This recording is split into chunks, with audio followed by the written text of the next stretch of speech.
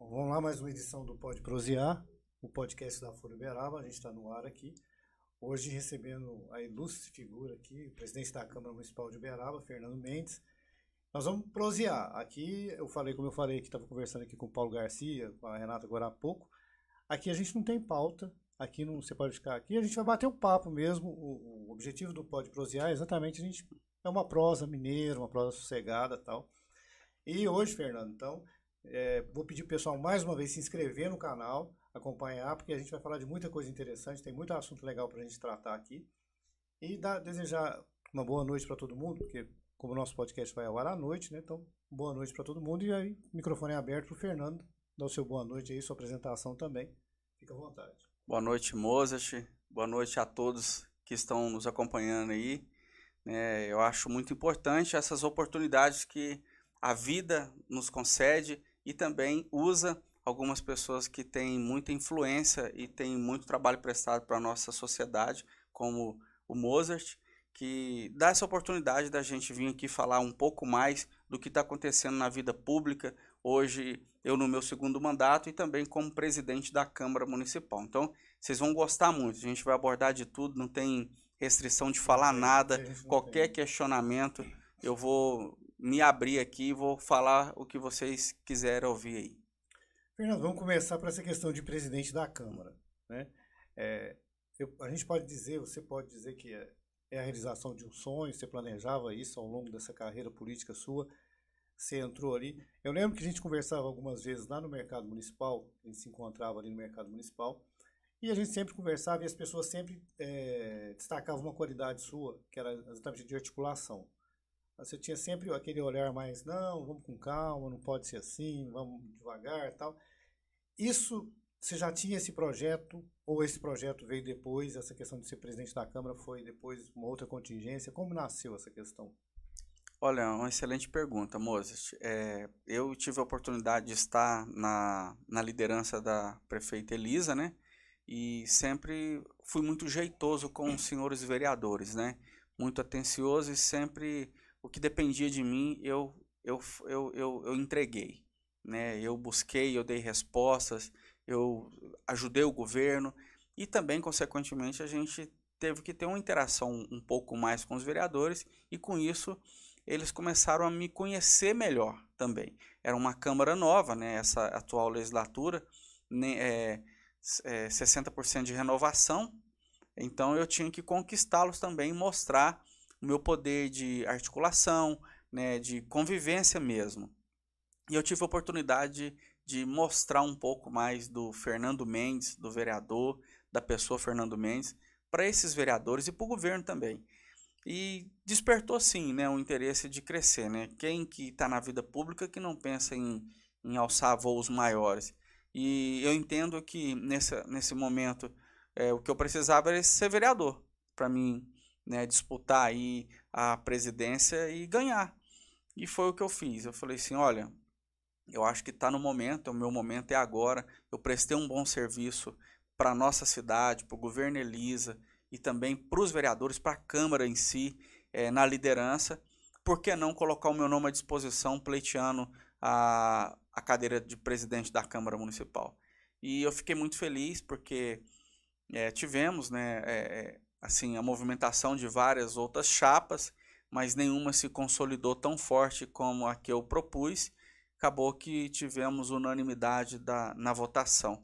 E sim, realizei ali mais um sonho meu também, né? Outra questão, você falou agora aí que você sempre tratou os vereadores com muito jeito, tal, você era líder do governo. Outro dia, numa sessão, eu vi você até um pouco bravo, né, com o governo, com o executivo, e falando, porque parece que eles só procuram essa casa, só tem diálogo quando precisam. Quando são coisas assim, não procuram, tal. Depois dessa questão sua como presidente da Câmara, até o pessoal falou assim, o Fernando agora está assumindo a posição. Eu lembro que eu falei isso até no programa lá, não sei se foi no programa, se foi aqui no podcast, com alguém, que eu falei assim, estão falando que o Fernando está virando poderoso chefinho. O pessoal estava falando, o Fernando agora resolveu bater na mesa e tal. O que aconteceu nesse caminho e tal? Como é que está a sua relação com o executivo hoje? Como é que se mantém essa relação cordial, republicana e tal? Ou houve um problema nesse caminho?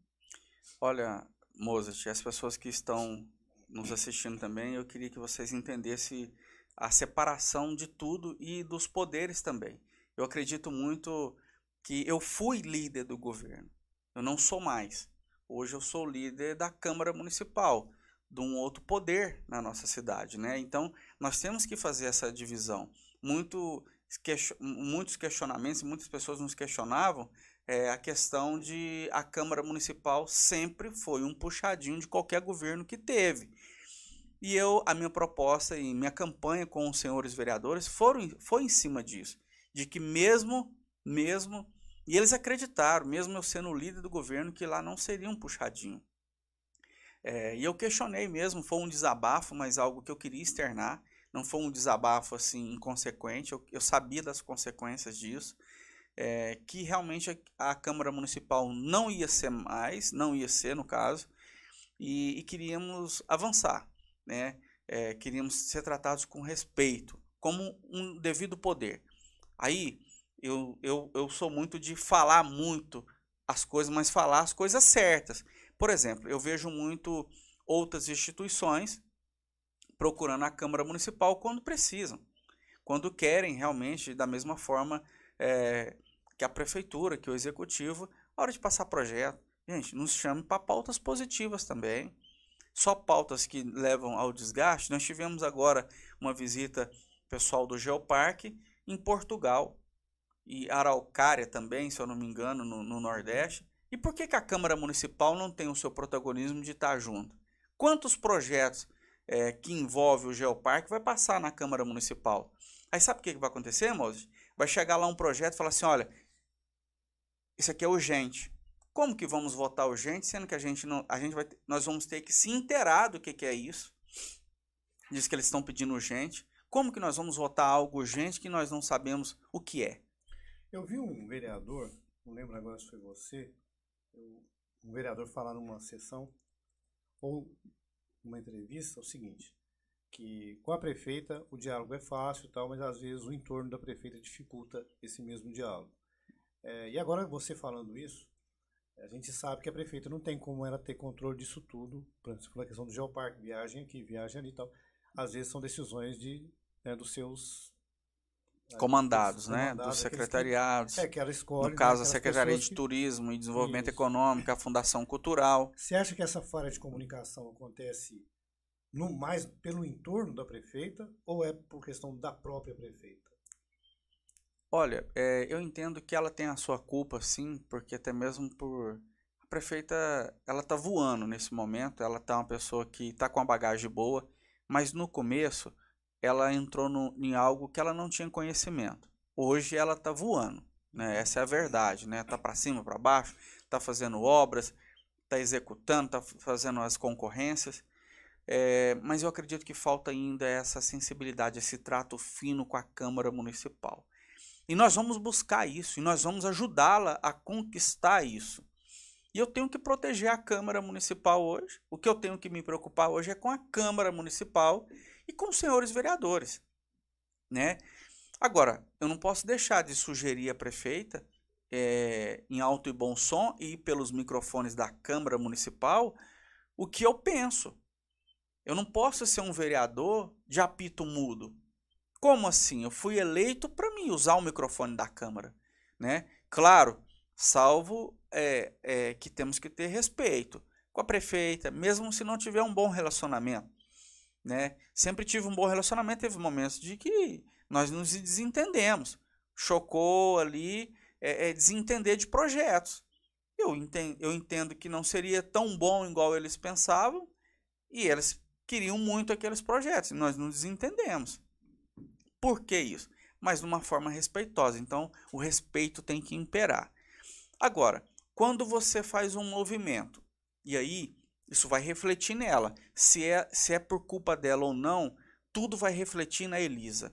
Se o secretário de Desenvolvimento Econômico ou da Fundação Cultural, o presidente da Fundação Cultural, não reconhece a Câmara como um poder que tem que estar inserido em toda a construção do Geoparque, que não vá lá buscar patrocínio na Câmara para nada disso, que não vá lá propor nenhum projeto.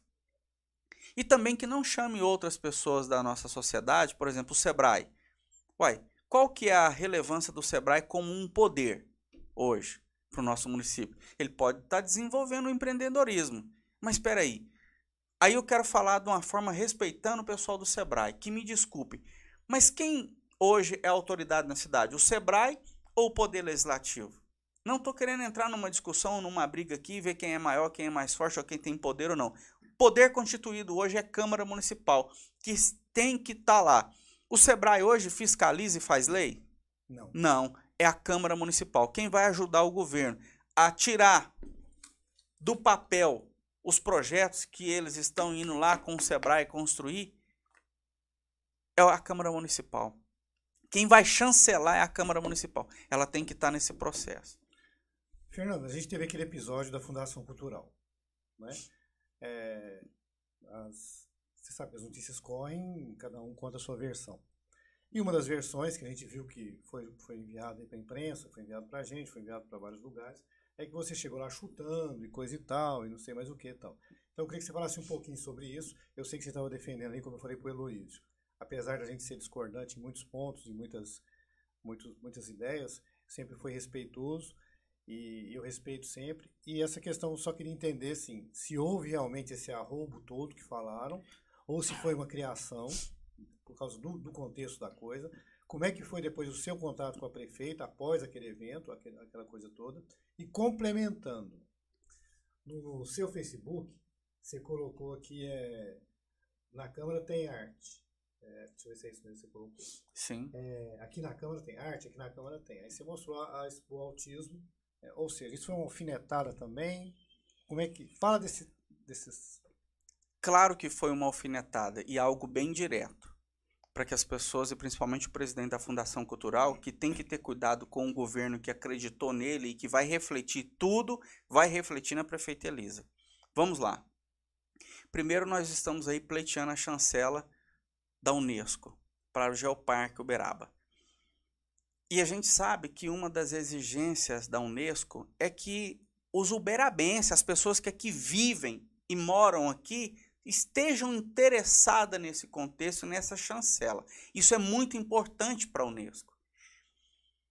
E aí, por que não ter licitado e ter feito um edital, uma concorrência, falando dos 3 gigantes da nossa terra, que são os que estão pleiteando e fazendo de tudo que Uberaba receba essa chancela? Chico Xavier, pela sua grandeza e por tudo que fez pela nossa gente. Por que não fez uma exposição falando um pouco mais? Porque o senhor conhece.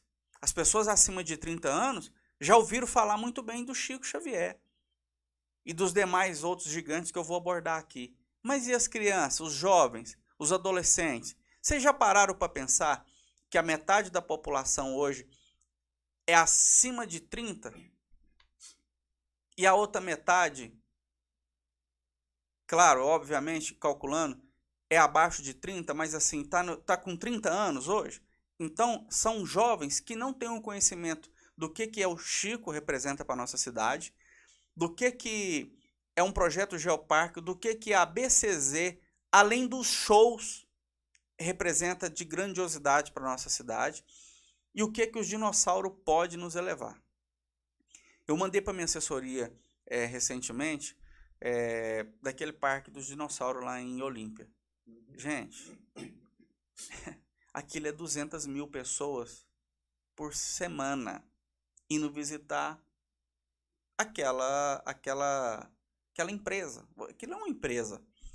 E aí, nós temos que divulgar isso. Por que não se gastou dinheiro divulgando um dos 3 gigantes direcionado ao Geoparque? Quando eu falei e alfinetei, sim, é uma indireta, não, é uma direta para a Fundação Cultural, como que faz arte. E aí eu quero dar uma aula para vocês agora. Não é a minha formação, igual eu escutei lá, eu sou formado em artes, eu sou formado em letras. Eu não sou, a minha formação é outra. Mas eu queria dar uma aula para vocês agora. Nós fizemos a Expo Autismo, não fizemos? Ela se encerrou. Mas, espera aí, qual o legado disso tudo? Fizemos uma grande inauguração, estava lotado, a Câmara Municipal lotada, né? Sabe o que nós fizemos? Inclusive, eu vou estar hoje ainda pegando, nós conseguimos três artistas e autistas que nos doaram as suas artes. 2 pinturas e uma pintura que é uma que eu apareço na foto aí segurando ela, que chama Mapa do Tesouro. Uma criança com autismo. E aí, sabe o que eles vão fazer? Eles vão assinar ainda hoje. Eles vão assinar. Nós vamos moldurar. Nós já escolhemos um local na Câmara Municipal para aquilo ficar lá para todo sempre.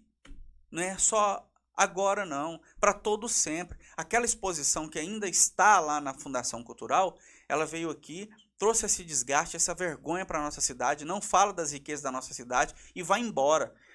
Eu vou ficar com 3 imagens na parede da Câmara Municipal de pessoas da nossa gente, de pessoas que os seus pais e a sua família se orgulham deles, pela grandeza de ter feito aquelas telas, e aquelas telas vão ficar para todo sempre na Câmara Municipal. Aquilo ali é arte. Essa questão da arte, até complementando, você não respondeu. O que há de verdade nessa história de você ter chegado chutando? Eu quero abordar muito isso. E uma outra questão que eu ia complementar. Até no programa, o Paulo Garcia me perguntou, eu falei, sinto preparado para falar, disse que eu não entendo, não tenho profundidade de conhecimento para falar se isso é arte. Seria uma arte que eu não pagaria para ver, realmente, aquela exposição que está lá, mas eu não entendo até a profundidade. O Uberaba virou notícia nacional, o Uberaba censura a arte e tal, não sei o que, está discutindo isso muito no programa. Como é que você viu essa celeuma, essa coisa ganhar fronteiras, né, sair daqui, virar uma pauta nacional? E o que tem de verdade nessa história? Como é que você chegou na fundação naquele dia, daquela exposição, quando você ficou sabendo? Como é que foi sua chegada lá? Foi realmente, assim, abrupta? Foi uma coisa mais tranquila? Como é que foi isso? Olha, eu estava com a minha equipe, era uma sexta-feira, era 17h51, eu estava fazendo uma reunião de trabalho com a minha equipe. Nós tínhamos feito rua naquele dia. Nos reunimos no gabinete para trocarmos experiências e ideias do que iríamos tomar de passos, os próximos passos daquele material que a gente coletou na rua naquele dia. Uma menina mandou uma mensagem, eu olhei assim, ela falou, quero fazer uma denúncia. Eu abri, tenho que respeitar o cidadão. Ela pegou e falou assim, essa imagem aí que eu estou te enviando vai ser inaugurada agora às 18 horas na Fundação Cultural. Eu falei, isso é mentira. Eu tenho aqui registrado. Eu falei, isso é fake news, isso é mentira. Ela falou, você não sabe dessa exposição? Eu falei, não estou sabendo. Mas você não tem como ir lá ver? Eu falei assim, deixa eu te falar, é na Fundação Cultural, eu estou a 4 casas abaixo da Fundação Cultural, estou praticamente do lado. Ela falou, você se importa de ir lá ver isso pra gente? Eu falei, vou lá agora. 17h56, eu cheguei na porta da Fundação Cultural. Chegando lá, encostei na porta, a porta estava fechada, né, mas só encostada, a porta abriu. Eu olhei, o professor Gugu estava de lá, falei, professor, posso entrar? Ele, claro, vereador, entra. A hora que eu entrei, falei assim, ó, tá tendo denúncias que tem artes aqui de pessoas peladas. Um jovem chamado Bruno, servidor, sacou um estilete do bolso e já começou a tirar as imagens. Se estava certo, ele não precisava tirar, concorda? E ele começou a tirar ali, aí eu questionei. Só que tem uma coisa que desmonta tudo que esse artista mentiroso, que ganhou, ele ganhou muito com isso. Com essa divulgação de graça que ele teve de tudo isso. E ele é mentiroso. Ele é um mentiroso. Além de um pervertido, ele é mentiroso. Por quê? Ele pega e fala que eu chutei a porta. A câmera, da hora que eu entrei para dentro da porta, já estavam filmando. Eu não fui agressivo hora nenhuma.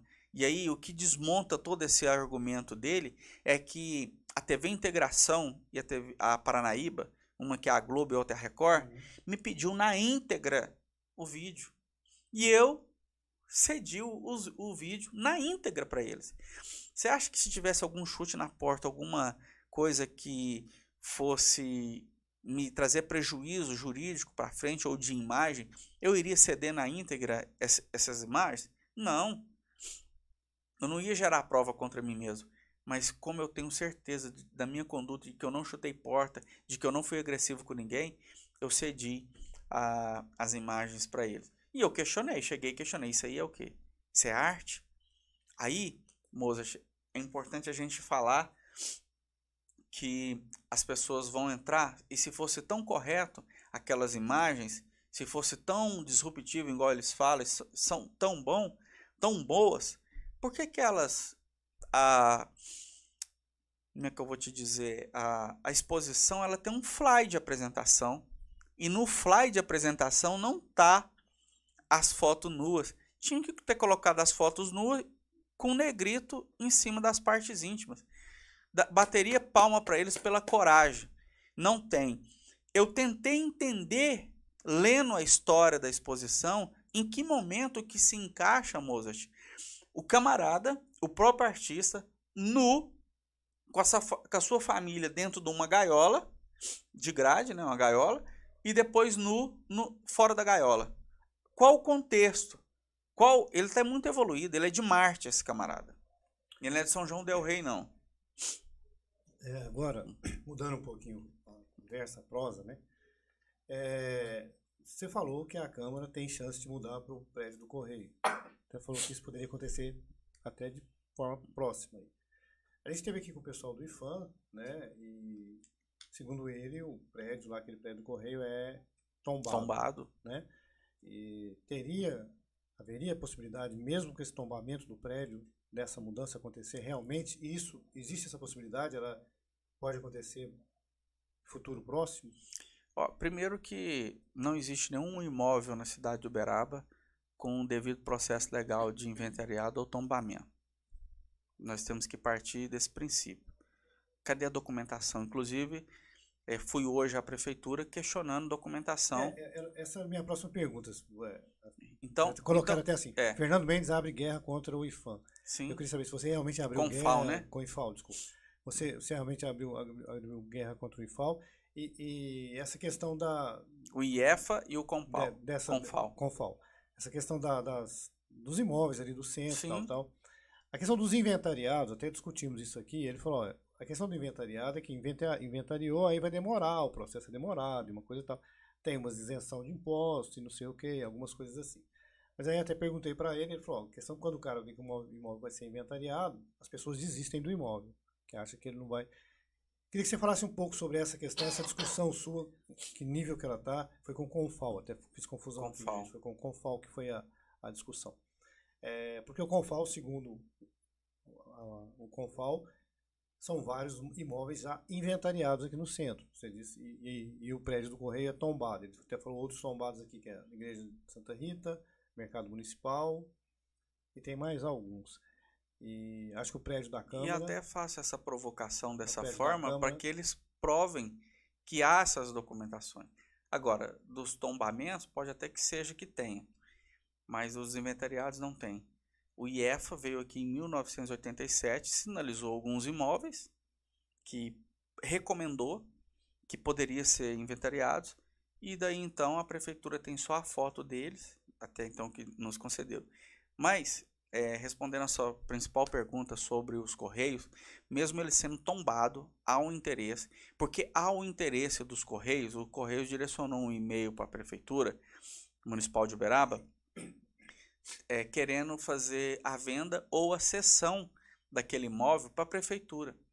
E a prefeitura sinalizou que não teria interesse naquele momento. Só que eu, nessa busca de um imóvel na região central para valorizar o comércio do centro, o secretário chefe de gabinete da prefeita falou assim, olha, a gente recebeu um e-mail aqui, assim, eu falei, rapaz, vamos mandar um outro e-mail, falando que a gente tem interesse sim, né, e tal.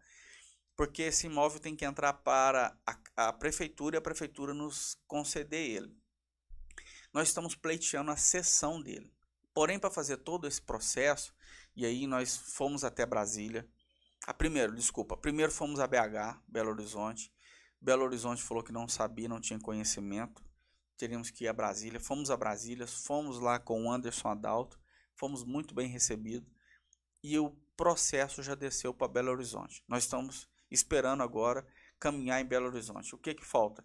A avaliação do imóvel, para que venhamos decidir se nós vamos fazer a aquisição ou a cessão do imóvel por 99 anos. E aí a prefeitura vai nos conceder aquele imóvel e eu quero muito ir para lá.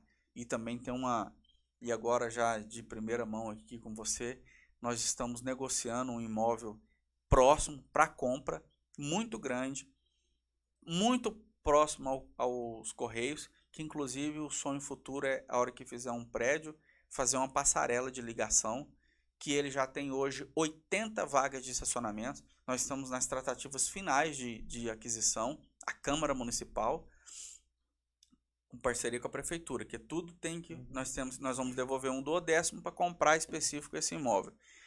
E aí, qual que é o projeto indo para os Correios? Primeiro nós queremos fazer lá uma lápide mais ou menos de 20 centímetros, por 8 mais ou menos, com todos os nomes, um memorial das pessoas que morreram de Covid, os uberabenses. Isso é lá. Nós vamos valorizar os gigantes da nossa cidade, que é os gigantes do Geoparque, os dinossauros, Chico Xavier e também a ABCZ. Claro que a gente depende dessas instituições também. Hoje são, né? Nós queremos essas 80 vagas que nós já temos, nós queremos fazer lá um prédio com mais vagas de estacionamento. Nós vamos dividir essas vagas com as pessoas que estão indo na Câmara. Por acaso. Próximo. Nós queremos ceder essas vagas de estacionamento para os munícipes que estão fazendo compras gratuitamente na região central da cidade. Esse é o ponto que agora nós vamos entrar. Por enquanto nós estamos só prosseando coisa leve, assim, daqui a pouco chegamos lá, viu, gente? Calma. Tá bom. Mas vamos lá falar do centro. Essa questão do centro. Eu até comentei hoje no programa, até comentei de uma entrevista sua, comentei de outras pessoas falando sobre o centro também, e comentei hoje. Eu acho difícil hoje convencer, por exemplo, quem mora lá na região da Ramires Mauá, sair de lá para ir ao centro comprar. Quem mora na região da Nossa Senhora do Desterro, quem mora na Prudente de Moraes, tal, vir para a região central para fazer compras e tal. Mas eu vi que você acredita nesse projeto, você falou até de questão de voltar com o estacionamento na Leopoldino, você falou até do tempo, né, do ônibus ali, tal, e você mediu isso, você calculou direitinho e tudo. Fala um pouco sobre essa ideia sua e por que você tem tanta crença, você acredita tanto nessa questão do centro da cidade, especificamente. Pode dar que é um contrassenso, assim, né? Tá indo contra tudo que... Nós estamos indo na contramão de tudo. Exatamente. Mas para fazer as coisas dar certo. Porque hoje as pessoas querem um caminho das águas. As pessoas técnicas da prefeitura querem ir pelos caminhos das águas. O caminho mais fácil. O caminho de resolver um problema, criando outros com pessoas que não têm tanta força para se levantar contra aquilo. Quando trouxeram o sistema BRT para cá, ele não trouxe ele na sua totalidade. E não adianta, porque deu certo lá em Curitiba, achar que vai dar certo aqui. Curitiba está sendo planejada desde a sua concepção, desde a sua fundação.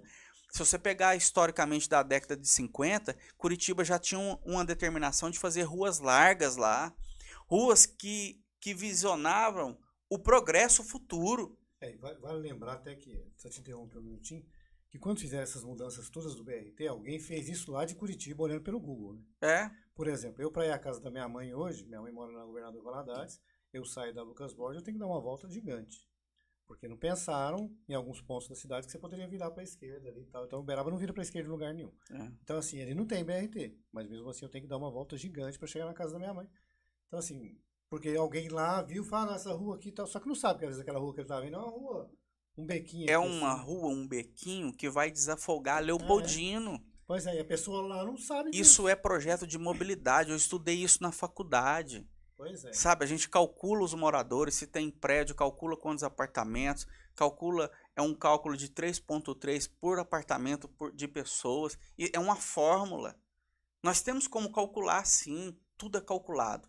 Tá, vamos lá. Trouxeram esse projeto de Curitiba para Uberaba, primeiro a Leopoldino não comporta.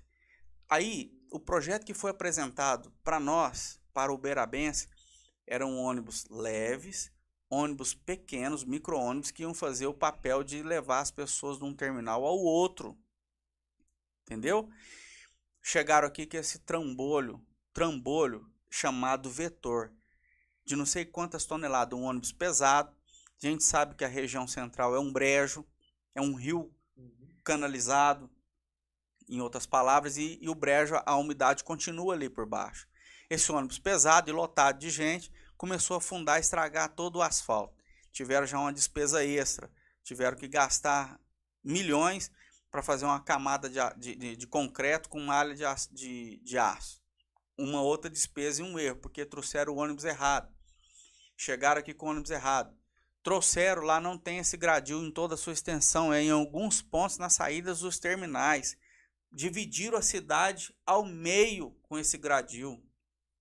E aí o que ele traz de consequência com isso? O interstício de uma faixa de pedestre à outra, temos muitos comércios de um lado à outra da avenida, que a pessoa que está andando no centro, ela não vai andar 500 metros para dar um balão para chegar numa outra loja. O centro vai enfraquecendo. Outro erro, não tinha no projeto tirar o estacionamento na sua totalidade da Leopoldino. E ainda eu lembro, os locais mais quentes, os locais que tem o estreitamento da Leopoldino e próximo aos tubos, vai ser sim tirado o estacionamento. Porém, nós vamos ter as compensações, nós vamos ter os bolsões de estacionamento. Ou todo mundo já esqueceu dessas falas, dos bolsões de estacionamento? É incrível como as pessoas esquecem disso. Eu não sou contra o sistema BRT. Eu sou contra ele ter sido implantado errado, da forma que não errada, né? Um outro erro gravíssimo. Toda obra grande, toda mudança na cultura, na economia, na sociedade, tem que se ouvir as pessoas que estão ali. Qual que é o impacto futuro disso? Olha aí o impacto que nós estamos colhendo, e aí eu quero aprofundar nisso.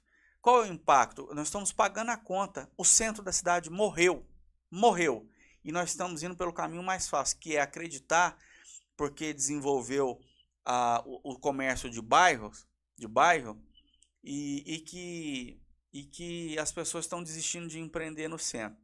Vamos lá, eu tenho comércio há 16 anos.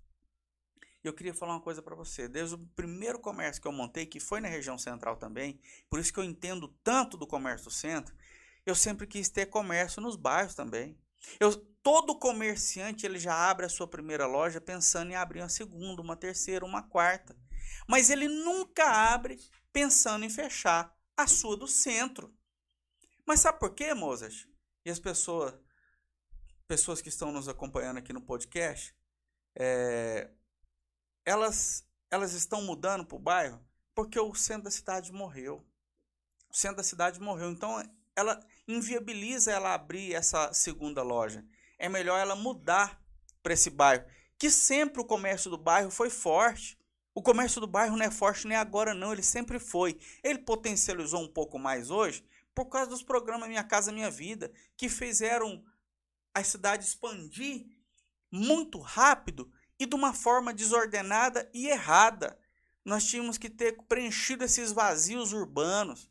Nós tínhamos que ter aproveitado esses, que agora está no sistema novo Minha Casa Minha Vida, pegar esses prédios antigos do centro da cidade e fazer financiamentos para aqueles apartamentos específicos para voltar. Pegar um grande hotel da vida, fazer kitnet dele e alugar. Até a questão do grande hotel, que o pessoal do Confol TV que disse que teve um empresário, um grupo de empresários que estiveram aqui, tinham interesse em assumir aquela estrutura toda, voltar a funcionar.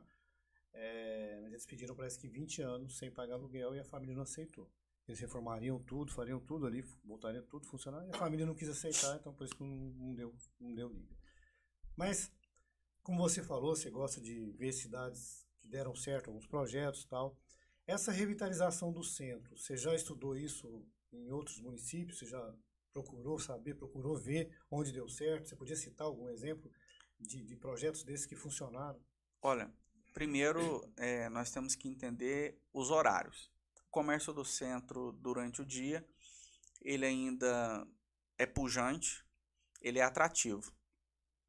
Porém, após as 18 horas, você entende que o centro morreu?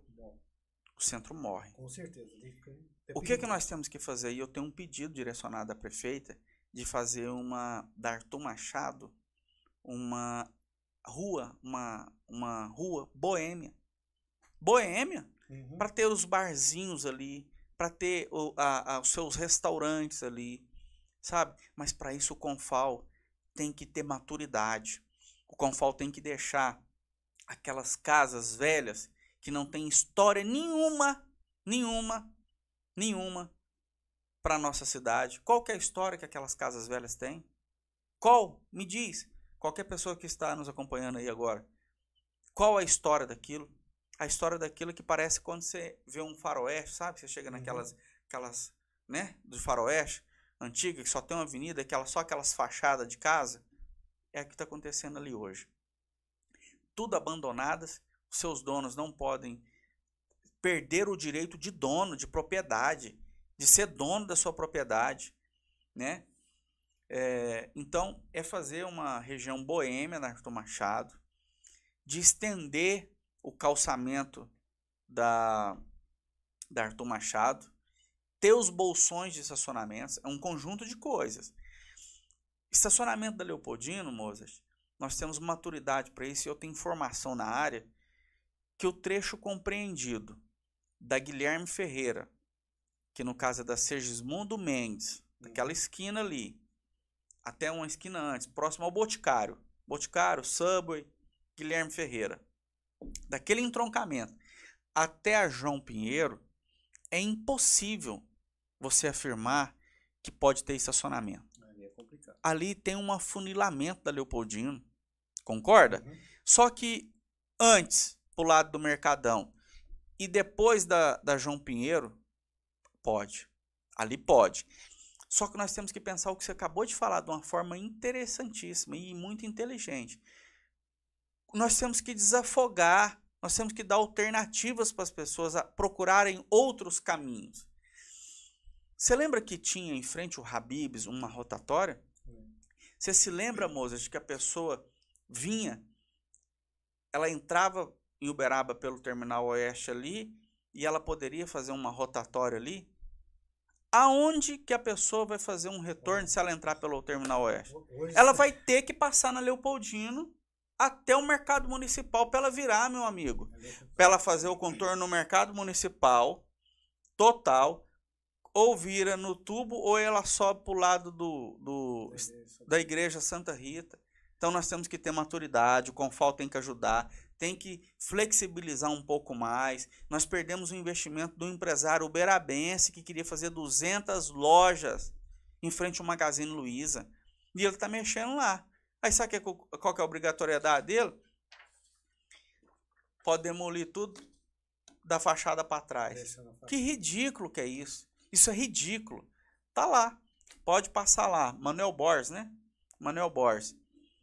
É Manuel Borges antes da Sergismundo Mendes ali? Como é que é? Manuel Borges, é. Manuel Borges. Manuel Silva depois da praça. É. Então, nós estamos perdendo, porque o Confal está obstaculando. O Confal não deixa o progresso avançar. Eu recebi do Dr. Guido Bilharinho, que para mim é uma das pessoas que mais entende da cidade de Uberaba e da região central, com propriedade para falar. Eu até coloquei na Câmara Municipal essas duas imagens. Tem uma imagem de 1909. Não tinha nem árvores na Praça Rui Barbosa. E era carroça, era cavalo, era aquilo. Uberaba deu um salto gigante em 21 anos, que numa foto de 1930, nós tínhamos árvores com copa de 12 metros de altura, no mínimo. Nós tínhamos os prédios que hoje, se ele tivesse à venda, eu compraria para morar, de tão bonito e a sua arquitetura tão moderna. Você acha que se existisse o Confal naquela época, em 21 anos, Uberaba daria um salto? Uberaba não saltou, e o centro da cidade está morto. Por quê? Passou um projeto Água Viva, há 8 anos atrás. Logo depois veio o BRT em implantação erroneamente. Depois o Confal obstaculando as pessoas ter direito de propriedade, ter direito de empreender no seu comércio. Sabe o que está acontecendo? Olha o absurdo. A pessoa ela está sujeita a 3 tipos de multa. 50% do valor do imóvel, 100% do valor do imóvel e 300% do valor do imóvel. E aí, sabe por quanto que a pessoa aluga um imóvel desse? Que não tem acessibilidade, que você não pode parar uma moto, você não tem o alpendre, só cabe 2 pessoas. Sabe por quanto? É R$1.000, R$1.500. A desvalorização do centro está nas costas do Confal. Pois é, eu acho assim, eu sou até suspeito, porque eu gosto muito dessa questão histórica e tal. Eu acho que é preciso achar um meio termo aí, eu até comentei isso com o pessoal do Confal aqui, ali na Praça Santa Terezinha, né? Perto da Praça Santa Terezinha, tem um edifício ali que aproveitou a parte de uma casa e fez o edifício e tal. Preservaram uma parte da Posso casa, dar assim. uma... Ali na Santa Terezinha, aquela região ali, tem muita coisa assim. O pessoal aproveitou algumas coisas da estrutura e fez outros empreendimentos, né? Então eu acho que tem que casar, tem que achar uma forma de juntar isso.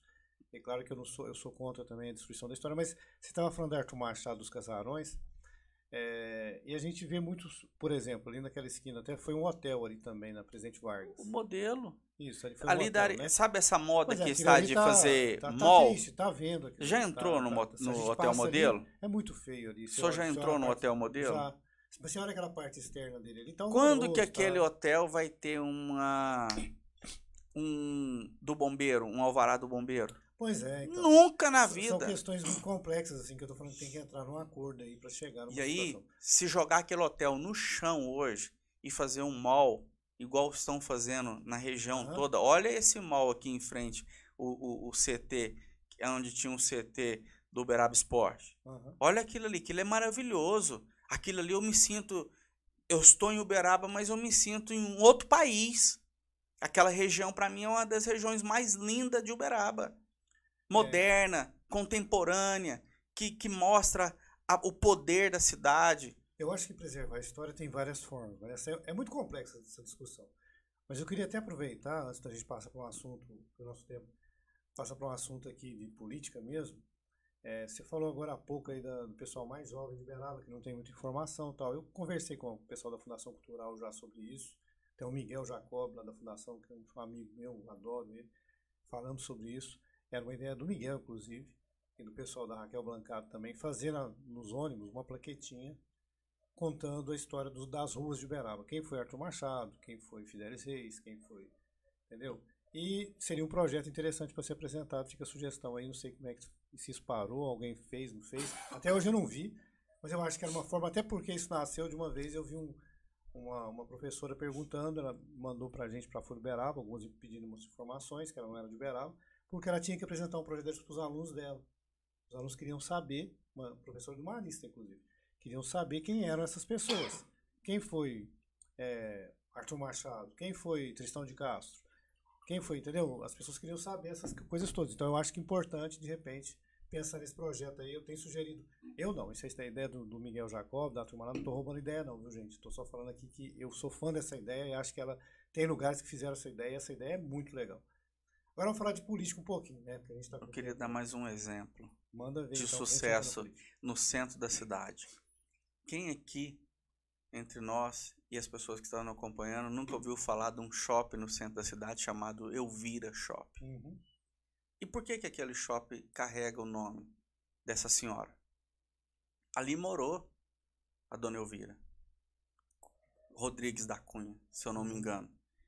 E pergunta para a família, os herdeiros, se foi, com todo respeito aos herdeiros, se foi mais vantajoso jogar a casa no chão e fazer algo para que os herdeiros dela, e até acho que se tivesse a oportunidade de questionar isso a ela assinaria embaixo, dos seus herdeiros ter condição financeira para sua posteridade, ou ficar parado no tempo com um casarão velho.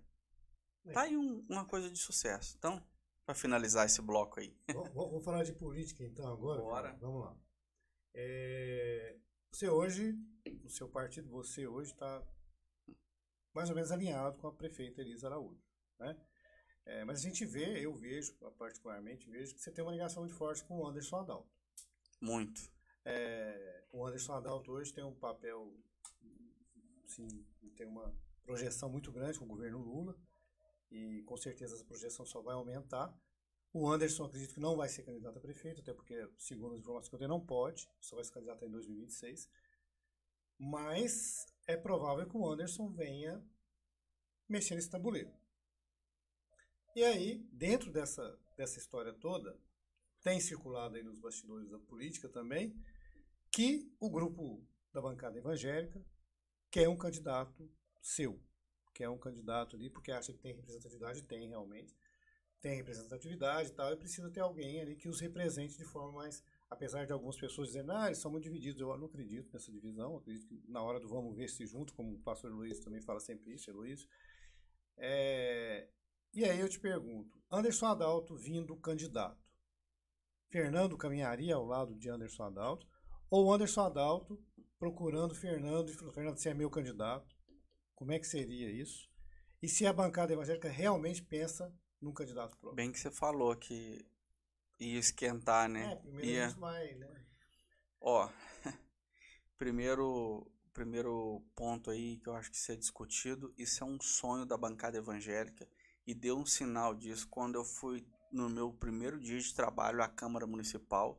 Tivemos lá mais de 200 lideranças evangélicas e lideranças religiosas para me dar um abraço e me receber no hall da Câmara do Paço Municipal, me parabenizando pelo primeiro dia de trabalho.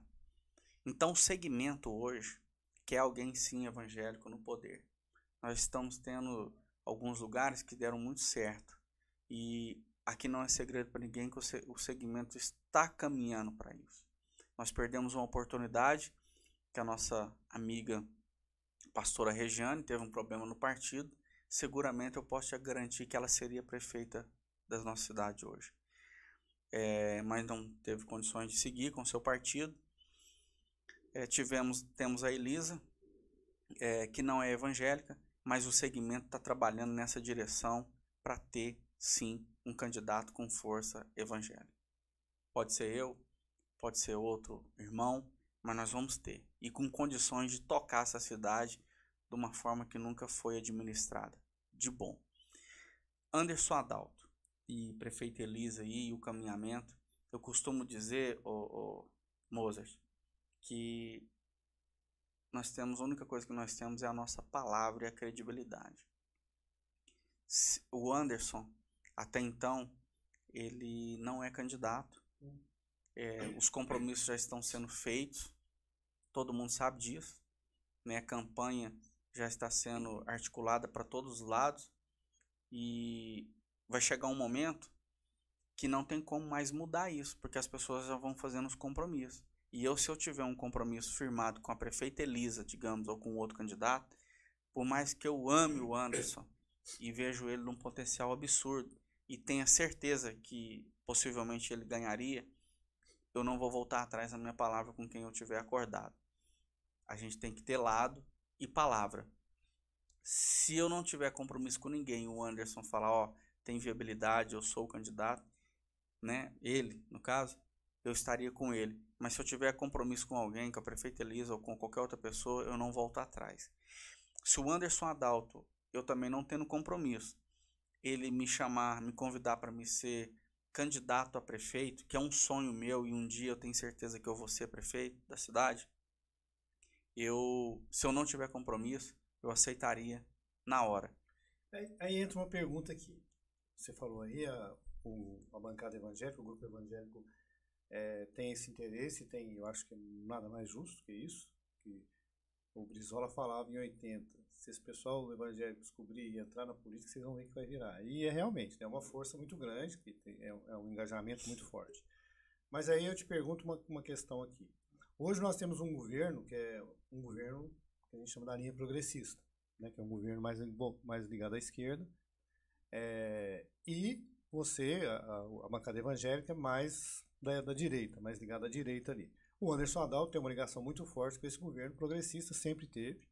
Inclusive, eu acho que esse hoje é o grande capital que ele tem na mão, o poder que ele tem, a força que ele tem junto ao atual presidente, né?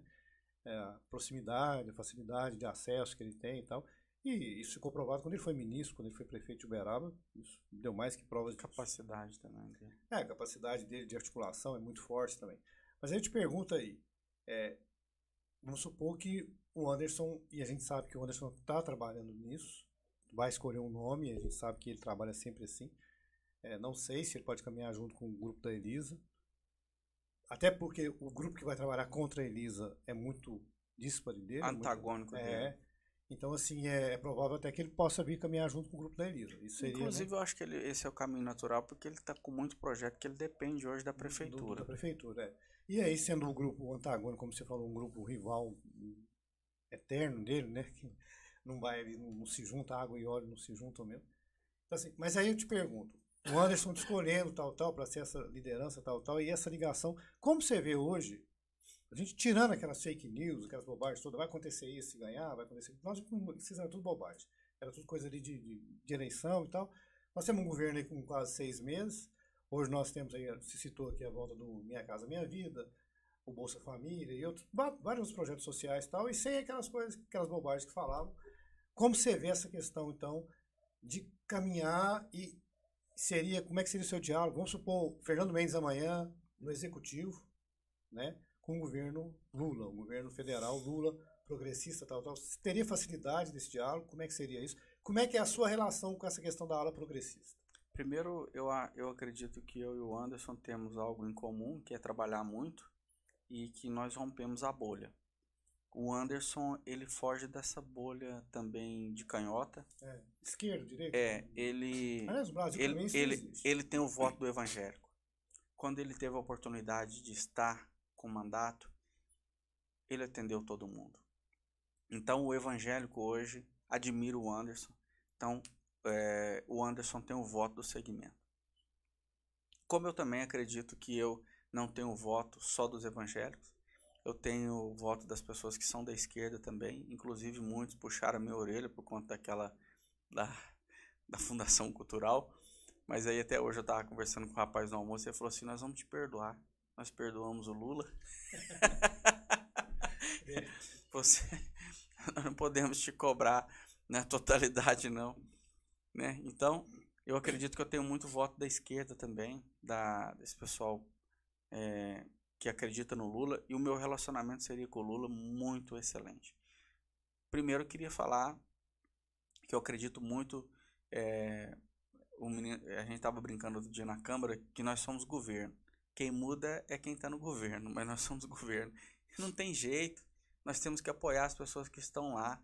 Temos que entender, por mais que não venhamos gostar da pessoa que está lá, ele é que é o capitão do avião. Ele que é o comandante, no caso. E você tá no barco. Se ele afundar, se cair, ou se o barco nós afundar, vamos cair junto, todo mundo junto. Concordo com né? Aquela cápsula que sumiu, quem estava com o controle adaptado de videogame foi junto e os demais foram também.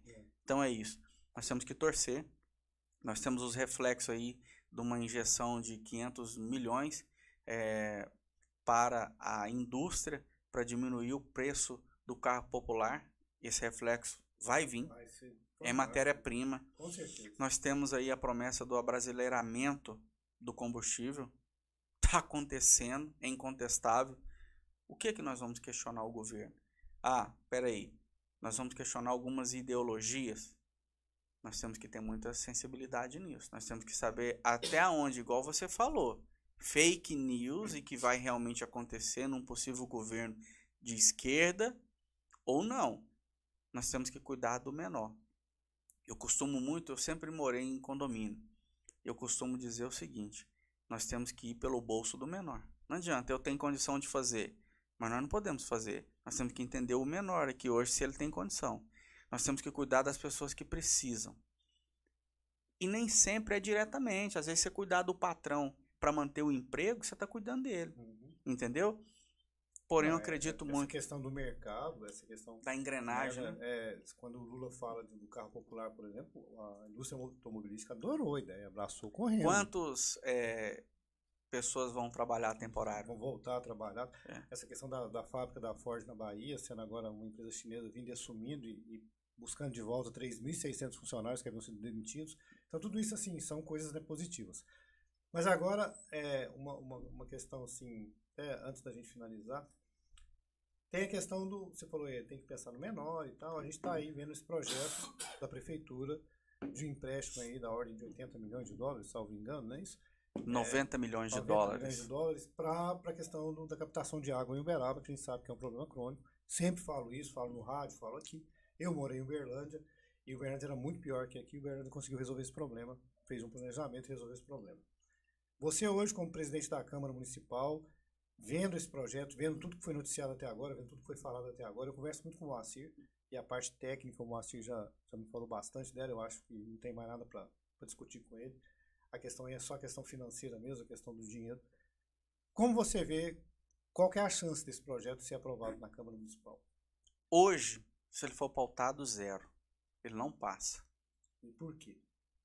Ele não passa porque nós precisamos fazer o dever de casa, juntamente com a Secretaria de Governo e com a própria prefeita Elisa, de dar oportunidade dos vereadores exaurir todas as suas dúvidas. Começando, é um projeto engessado. É um projeto que ele não tem como ajustar e nem mexer.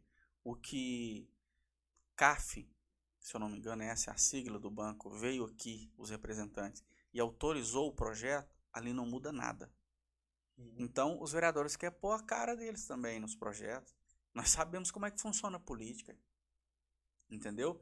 A política não é algo enfiado de goela abaixo, não. É uma discussão. Isso é política, né? Então, a prefeita Elisa, juntamente com a Secretaria de Governo, vai ter que ter uma habilidade muito grande aí de convencer os senhores vereadores de que não está beneficiando só um ou outro, está beneficiando uma cidade e também os redutos dos senhores vereadores. Isso é uma realidade hoje. Hoje, se esse projeto for em pauta, se nós pautarmos, que no caso é eu, na condição de presidente que pauta, eu votaria contra. Ela precisa de 14 votos, então precisa do meu voto. Se empatar, eu desempato contra o projeto. Hoje, porém, eu quero entender melhor. Sabe por quê? Será que realmente é um projeto tão grandioso para nós que nós precisamos endividar a nossa prefeitura, nosso município, por 26 anos com um projeto para fazer somente uma captação? São 60 milhões de dólares só para fazer a captação. E aí você fala assim, cara, você é louco falar um negócio desse? Não sou, não. Louco é eu ir pelo caminho mais fácil, igual eu acabei de falar. Sabe por quê? Nós estamos vivendo um governo que fez o dinheiro girar. O dinheiro já está girando no governo federal. Vai ter o lançamento do PAC 3. Nós poderíamos conseguir esse recurso com o PAC 3. Nós sabemos que há uma determinação de que a cidade, o tamanho de Uberaba, tenha mais um ponto de captação de água. Isso é uma realidade. A barragem da Prainha, com 15 milhões de reais, você finaliza ela. Eu tenho uma outra sugestão que nós poderíamos fazer aí com uma PPP, uma parceria pública-privada. Nós poderíamos hoje fazer a Sabesp em São Paulo hoje, ela é 50-50. E quando condicionou a venda da Sabesp, a abertura dela de 50% para o capital, para o comércio, para a bolsa, é a 50 bolsa, na bolsa de valores, aqueles investidores foram para custear isso, esses investimentos. Espera aí, nós temos a Codal, que é um ouro, que é uma joia, que é uma princesa nossa aqui. Tá bom, eu sou contra a privatização, sou contra a vender 50% da Codal para se investir nisso e não tirar o dinheiro do bolso. Beleza, eu também concordo desse ponto de vista. Então por que nós não vamos buscar na iniciativa privada alguém que queira explorar isso? Por que nós não vamos pleitear isso no governo federal, no PAC 3? Qual governo federal não quer resolver o problema de 350 mil habitantes? Concorda? A gente hoje tem um problema que é a falta de representatividade nossa. Então, acho que isso influencia um pouquinho. Né? Eu acho que nós estamos aí endividando o nosso município por 26 anos pelo caminho mais fácil. Podemos chegar ao ponto de eu votar favorável e entender que isso aí, se esgotar todas essas possibilidades, aí sim, beleza, vamos para o endividamento, aí eu voto. Mas é muito pouco ainda, o restante do dinheiro não brilha os olhos de ninguém, tudo que vai fazer com esse dinheiro, que é um montante muito grande. Ou seja, então, mais uma vez, o que a gente percebe é que está esbarrando na questão de comunicação. Houve pouca comunicação ainda, pouco esclarecimento do que é o projeto em si, como o funcionamento de tudo. Do que é o projeto, e os vereadores entendem também com o mesmo pensamento que o meu, que pode-se buscar ainda outras alternativas de não endividamento tão grande por um período tão longo de 3 décadas. Que dizem que essa recusa em aceitar esse projeto, na verdade, está embasada no pessoal que esteve no poder anteriormente e tem medo que seja esse governo que quebre esse paradigma. Olha, eu vou dizer, quem está no governo hoje é o momento de fazer algo grande para nossa cidade. Quem já teve oportunidade de fazer e não fez, não podemos fazer nada. Se nós exaurimos todas essas possibilidades que eu acabei de elencar aqui, o caminho é o CAF, é o endividamento de 26 anos para o município alavancar. Fernando, quero agradecer a sua presença, agradecer seu tempo. Também estamos dando sinal ali do tempo, então agora eu vou deixar aí os minutos finais para você ficar à vontade, para você falar, o microfone é seu. Vou agradecer mais uma vez o pessoal da audiência. Vou pedir mais uma vez, ainda quem não se inscreveu no canal, se inscreva. Eu sei que o Fernando tem um monte de gente que depois vai ver essa entrevista e vai. Então, se inscreva no canal lá, a gente vai conversar outras vezes ainda, vamos conversar com muita gente. Então agora o microfone é seu, fica à vontade. Um abraço, gente. Quero começar agradecendo vocês que acompanharam até aqui, né, o Pode Prosear, e o Mozart pelo convite, e a sua equipe técnica também, que gentilmente nos recebeu aqui. Mas eu queria deixar bem claro para todas as pessoas que estão nos acompanhando. Primeiro, se inscrevam também no canal aí. Eu vou compartilhar o vídeo pedindo que as pessoas se inscrevam também para vocês acompanhar. São prosa de alto nível aqui, né? Me senti muito à vontade, mas o que eu quero deixar de mensagem final é que, se às vezes impactou de uma forma negativa alguma coisa que eu falei, eu estou lá na Praça Rui Barbosa 250 todos os dias, das 14 até as 18, o dia que não tem plenário, do dia que tem plenário das 14 até a meia-noite, atendendo. Vocês podem ir lá que nós vamos tirar as dúvidas de vocês, tá bom? Desculpe aí a transparência em tudo que eu falo, mas é assim que eu trabalho, é assim que eu acredito que tem que ser as coisas, e tem sido um sucesso até hoje. Muito obrigado aí, que Deus abençoe a todos e que seja um sucesso o Pode Prosear. Valeu.